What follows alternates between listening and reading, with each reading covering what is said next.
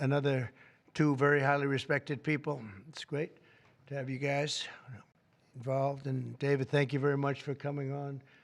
David is sort of the king of intellect in that world.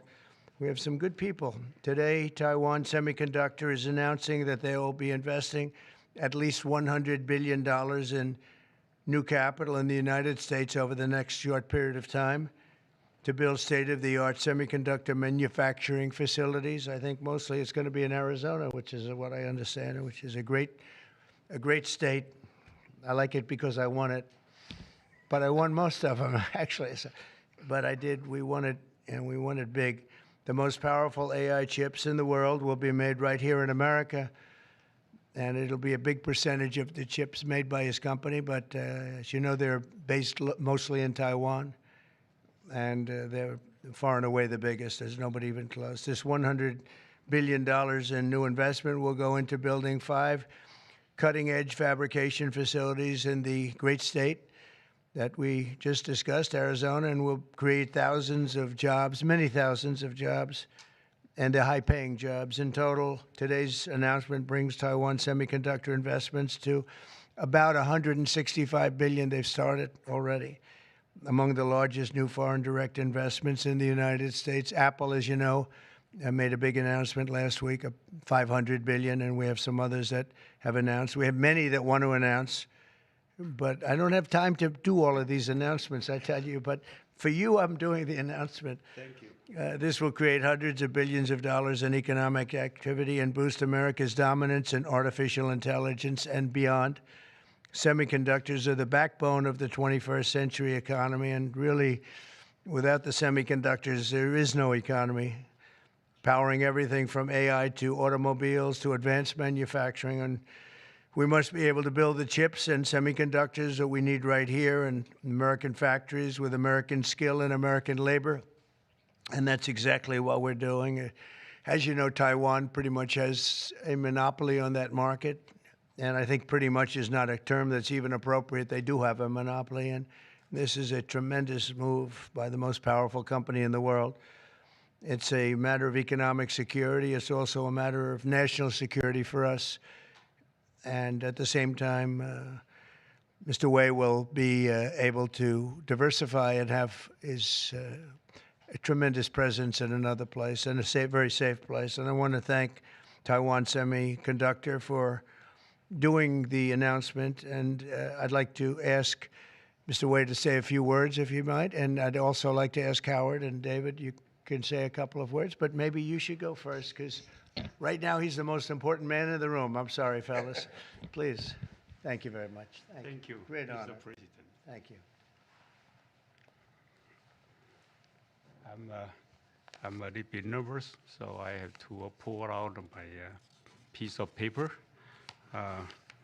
Mr. President, Secretary Ragnick, and David, I didn't know that your title, but okay. First, I want to say thank you to Mr. President to give me this opportunity to announce our big project in the U.S. TSMC is the world's largest chip manufacturing, funded by Dr. Morris Chang in 1987. It's now at the forefront of semiconductor technology, supporting AI advancement and industry growth. In fact, I would like to wind back the time that in 2020, we have to thank President Trump's vision and his support. So TSMC start the journey of establishing the advanced chip manufacturing in Arizona. And now, let me proudly say, now the vision become reality. In Phoenix, Arizona, with 3,000 employees, we are producing the most advanced chip made on U.S. soil. With the success of our first fab, so we are now very happy to announce we are going to invest additional 100 billion US dollar, in addition to our current 65 billion US dollars investment in Arizona. We are going to build 3 more new fabs after we promised the 3 fabs already, and another 2 very advanced packaging fab, and most important, R&D center also in Arizona. For this, all the investment, 165 billion, is going to create thousands of the high-paid jobs, as the president just announced. And we are, most important, actually, we are going to produce many AI chips. We are going to produce many chips to support the AI progress and to support the smartphones progress. And again, with that, I want to thank President Trump again for his support. In addition, I also want to thank my customers in the US, such as Apple, NVIDIA, AMD, Qualcomm, Broadcom. They all support TSMC's manufacturing in the US. Without their support, we probably cannot make it through. So again, I want to thank them. Also, I'd like to thank the TSMC's employee. Without their effort, we just cannot make it today. That's all I want to say, and thank you. Thank you. That's good. Thank you very much. Howard, please, David? Sure. Thank you. So I'm thrilled to be here today because President Trump has made it a fundamental objective to bring semiconductor chip manufacturing home to America. Under the Biden administration, TSMC received a $6 billion grant, and that encouraged them to build $65 billion. So America gave TSMC 10% of the money to build here. And now you're seeing the power of Donald Trump's presidency, because TSMC, the greatest manufacturer of chips in the world, is coming to America with a $100 billion investment. And of course, that is backed by the fact that they can come here because they can avoid paying tariffs. So the idea is come to America, build greatness in America, build for the American customers, the Apple, NVIDIA, that whole list that Chairman Wei gave in order to bring production to America. So we're really, really excited. This continues the most incredible path you've ever seen in these first weeks and months of the Trump administration of incredible manufacturing coming to America. The keys that the president has called out are coming here. They're coming here in huge size because they want to be in the greatest market in the world, and they want to avoid the tariffs that if they're not here, they'd have to suffer. So I want to congratulate C.C. Wei for bringing in this incredible $100 billion investment, but it's on the shoulders of our President Donald Trump, which is why he's coming. So thank you. Thank you. David? Thank you, sir. Well, the products that TSMC makes are literally the most important products in the world. I mean, these advanced chips power everything. They power AI, they power your phone, they power your cars, and without them, the whole modern economy would stop, but they're not made in the United States. So for TSMC to move here is a huge, huge development, and we owe that to President Trump's leadership on the economy and Secretary Lutnick as well. And CC, thank you for coming here. Thank you. Yeah. Thank you, David. So thank you very much. A big percentage of chips with this investment will be made now, a big percentage. Worldwide, we had very little, almost none. We used to have a lot with Intel, but we had very little. And we'll be at close to 40% of the market with this transaction and a couple of others that we're doing. That's a tremendous leap, like a leap that nobody would have really said was possible. So I just want to thank you all for being here. If you want a couple of questions, ideally on this subject, yes. Please. Number of jobs that will create. He said you're probably talking about 20, 25,000 jobs, but it'll get bigger and bigger with time. Knowing this gentleman, it'll get bigger and bigger. There'll be no stopping him. Mr. President, Yeah, Brian, go ahead. In addition to the job, you talked about national security, and that's one thing I think a lot of Americans at home don't understand. Explain the national security aspect of this. Well, without the chips and semiconductors, nothing runs today. You can't buy a car without them. You can't get a radio, a television, nothing. You can't get anything. And we thought it was very important, obviously business-wise, but we thought even in terms of national security to have this large percentage of the chips, semiconductors, and other things that they make, the most important product. And not a product that you can really copy. It takes years and years. You know, on the needle of a pin is total genius. I mean, they can put things, I mean, something the size of the needle, the point of a pin, they put information that is just not even believable. So if you would see this, it's just really something. Yes, Brian? One aspect of that, Honda announced they're coming to Indiana because of the tariffs. Once again, That's right. bringing additional jobs in manufacturing. You're going to comment on that as well. Well, Honda's coming, and I told you about Apple, that they're going to be starting to build massively here, $500 billion. And we have many other companies going to be announced, but we had many that have already announced. And no, it's going to be great. It's looking really strong. I don't think this country has ever seen anything like we're seeing right now. Now, the tariffs, as you know, will start a week earlier than the reciprocal, which is going to be on a couple of weeks earlier. Reciprocal tariffs start on April 2nd.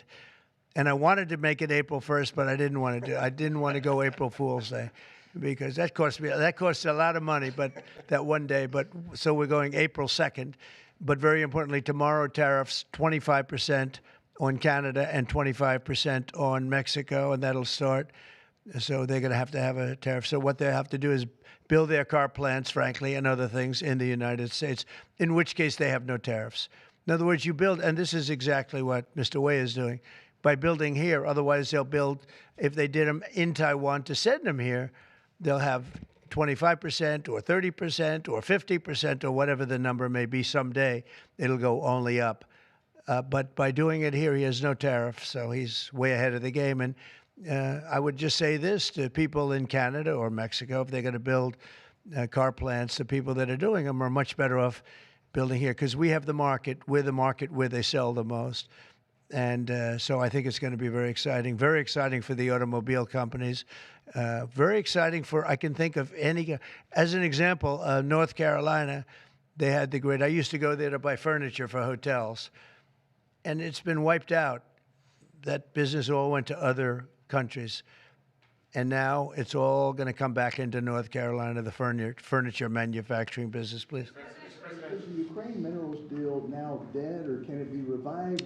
Well, I'll let you know. We're making a speech. You probably heard about it tomorrow night, so I'll let you know tomorrow night. But no, I don't think so. I think it's a great deal for us because, you know, Biden very, very foolishly, stupidly, frankly, gave $300 billion and $350 billion more accurately to a country to fight and to try and do things. And you know what happened? We get nothing. We get nothing. Just gave it. We could have rebuilt our entire U.S. Navy with $350 billion. Think of it, $350 billion. We could have rebuilt our U.S. Navy. So he gave it away as fast as the money could be gone. And what we're doing is getting that all back and a lot more than that. And what we need, it's very important for this business that we're talking about here with chips and semiconductors and everything else. We need rare earths. And the deal we have is we have the finest rare earths that you can. Sir, Mr. President, what do you need to see from President Zelensky to restart these negotiations? Well, I just think he should be more appreciative because this country has stuck with them through thick and thin. We've given them much more than Europe, and Europe should have given more than us because, as you know, that's right there. That's the border. This country really was like the fence on the border. It was very important to Europe, and I'm not knocking Europe. I'm saying that they were a lot smarter than Joe Biden because Joe Biden didn't have a clue. He just gave money hand over fist, and they should have been able to equalize with us. In other words, if we gave $1, they should have given. Well, we gave $350 billion. They probably gave $100, but on top of it all, they get their money back because they're doing it in the form of a loan, and it's a secured loan. So when I saw that, which I've known about for a little while. I said it's time for us to be smart. At the same time, it's great for them because they get us in the country taking the rare earth, which is going to fuel this big engine, and especially the engine that we've in a very short time created. And we get something, and we're there. We have a presence there. With all of that being said, I want one thing to happen. I want all of those young people to stop being killed. They're being killed by the thousands every single week. Last week, 2,700 were killed. 2,700 young, in this case, just about all young boys from Ukraine and from Russia. And that's not young people from the United States, but it's on a human basis. I want to see it stop. The money is one thing, but the death. And they're losing thousands of soldiers a week. And that's not including the people that get killed every time a town goes down or a missile goes into a town. And I want to see it stop. Yes. Are you considering canceling military aid to Ukraine? And can we get a reaction to what the Kremlin just said, that your administration is bringing U.S. worldview in alignment with Moscow's? So this is a deal that should have never happened. This is a deal that would have never happened. And it didn't happen for 4 years. It didn't happen. It was never even close to happening. If I were president, it would not have happened. And October 7th would not have happened in Israel. And inflation wouldn't have happened. And Afghanistan, disastrous, the way they withdrew. Not the fact that they withdrew, but the way they withdrew would have never happened. And we would have had Bagram right now instead of China having it. It was 1 hour away from where China makes their nuclear weapons. We would have kept Bagram, with one of the biggest air bases in the world. All of these things happened, and it's a shame. But it is what it is, and now we're here. I want to see it end fast. I don't want to see this go on for years and years. Now, President Zelensky supposedly made a statement today in AP. I'm not a big fan of AP, so maybe it was an incorrect statement, but he said he thinks the war's going to go on for a long time. And he better not be right about that. That's all I'm saying. This project, could this minimize the impact to the U.S. with chips should China decide to isolate Taiwan or China decide to take Taiwan? Well, it's a very interesting point. It's a great question, actually, but this would certainly, I can't say minimize. That would be a catastrophic event, obviously, but it will at least give us a position where we have, in this very, very important business, we would have a very big part of it in the United States. So it would have a big impact if something should happen with Taiwan. Are you looking at relieving Russian sanctions if there is a peace deal? Well, we're going to make deals with everybody to get this war, including Europe and European nations. And they've acted very well. You know, they're good people. I know most of them are friends of mine.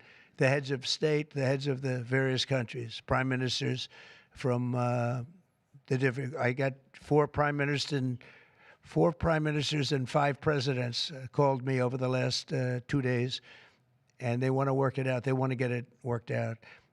And I think they're also, you know, they're talking money, but the money is less important than the deaths. We're talking thousands of young people a week. And people would say, why do I care about Ukraine, young people? Why do I care about, and not all young, but they're pretty young. You know, Ukraine is running a little bit low, and they're getting older. They're recruiting older people.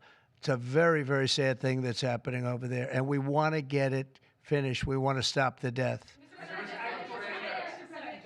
On the tariffs, is there any room left for Canada and Mexico to make a deal before midnight? And should we expect those Chinese tariffs, the extra 10%, to take No effect room tomorrow? left for Mexico or for Canada. No, the tariffs, you know, they're all set. They go into effect tomorrow.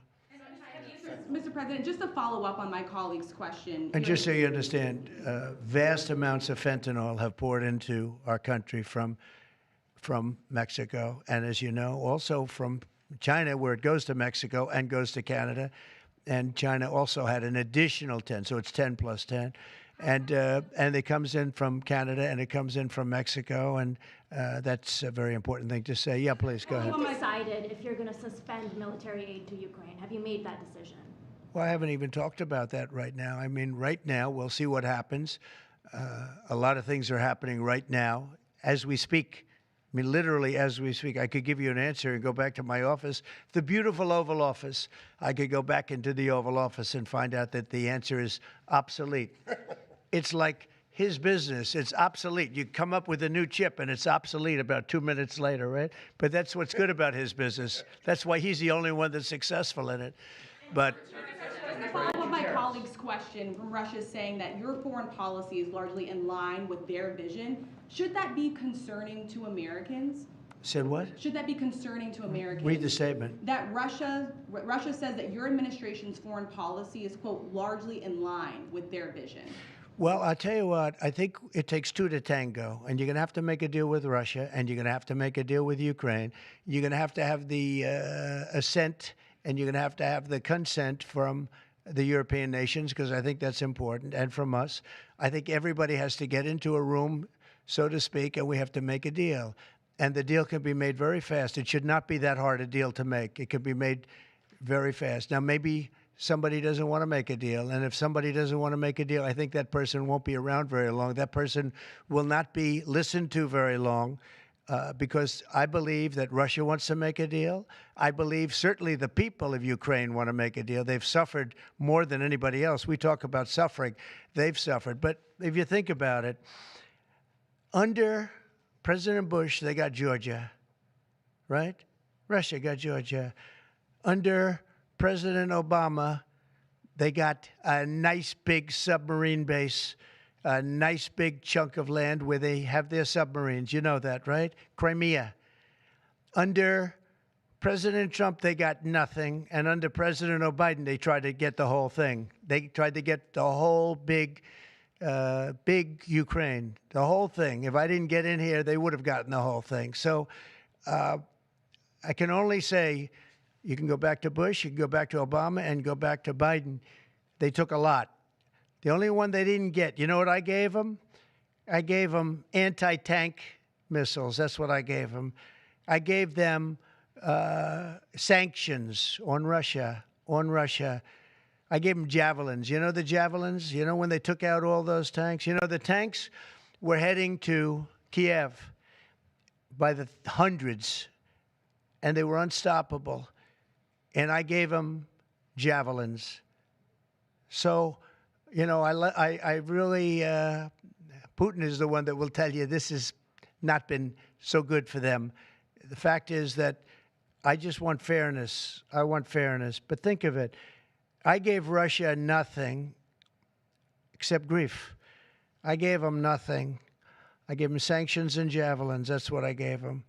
Obama gave them sheets, and you heard that statement before. It's a very famous. Trump gave them javelins, and Obama gave them sheets, and then they say how close I am to Russia. And let me tell you, we have to make a deal because there are a lot of people being killed that shouldn't be killed. But remember, Trump gave them nothing, and the other presidents gave them a lot. They gave them everything. On trade, you met with Argentine President Javier Milei at CPAC. He wants to sign a free trade agreement with the United States. Is that something that you would consider even with Argentina? I'll consider anything. And Argentina, I think he's great, by the way. I think he's a great leader. He's doing a great job. He's doing a fantastic job. Brought it back from oblivion. Yeah, we'll look at things. We're looking at the UK with things. It doesn't have to be tariffs, but tariffs are easy. They're fast. They're efficient. And they bring fairness. For instance, when people kill their dollar, their equivalent of the dollar, whether it's the yuan or the yen in Japan or the yuan in China, when they drop them down, that puts us at a very unfair disadvantage. So all I have to do is say, Howard, we're going to have to raise the tariffs a little bit, because I've called President Xi, I've called the leaders of Japan to say you can't continue to reduce and break down your currency. You can't do it because it's unfair to us. It's very hard for us to make tractors, Caterpillar, here when Japan, China, and other places are killing their currency, meaning driving it down. So all of these things add up. And the way you solve it very easily is with tariffs, because when they do that, instead of having to make phone calls every day like I used to do with certain leaders, President Xi a little bit, a lot of phone calls, talking about the fact that they're lowering their yuan. They're lowering it down, and that makes it very, very hard for us. So this way, I just say, look, let them do that, and we make up for it with the tariffs. But will you be speaking with Mexican President Claudia Sheinbaum about Yeah, China? sure, I will. I have a lot of respect for her. I have a lot of respect for her. Mr. President, this 10 tariff takes Yeah. effect. It'll be 20% on China now. How high are you willing to go against China? Well, I can't say. It depends on what they do with their currency. It depends on what they do in terms of a retaliation with some kind of an economic retaliation, which I don't think they're going to retaliate too much. Hey, look, the United States has been taken advantage of for 40 years. The United States has been a laughingstock for years and years. That's why this gentleman is built in Taiwan instead of building here. It would have been better if he built here. If we had a president that knew what they were doing, and we had a lot of them very bad on trade. Look, I'm a huge fan of Ronald Reagan, but he was bad on trade, very bad on trade. He allowed a lot of people, a lot of businesses to be taken. So I say that with due respect because he was so great on other things, but he was bad on trade. We are setting records right now, records like nobody has ever seen before. When you have companies like this coming in and almost 40% of their company in one signature is going to be devoted to what he does, which is one of the most important businesses in the world. That's an unbelievable thing. When Apple now is going to start building all of their plants here, all because of what we've done in terms of, it's not because he likes me or they like me. They don't probably like me at all. I don't know. I think he likes me a little bit at least. But you know what? It's the incentive we created or the negative incentive. I mean, it's going to be very costly for people to take advantage of this country. They can't come in and steal our money and steal our jobs and take our factories and take our businesses and expect not to be punished. And they're being punished by tariffs. It's a very powerful weapon that politicians haven't used because they were either dishonest, stupid, or paid off in some other form. And now we're using them. Say it. Have you spoken with President Xi about this? I don't want to tell you that. Thank you very much, everybody. Thank you. Thank you very much. Running for New York City mayor.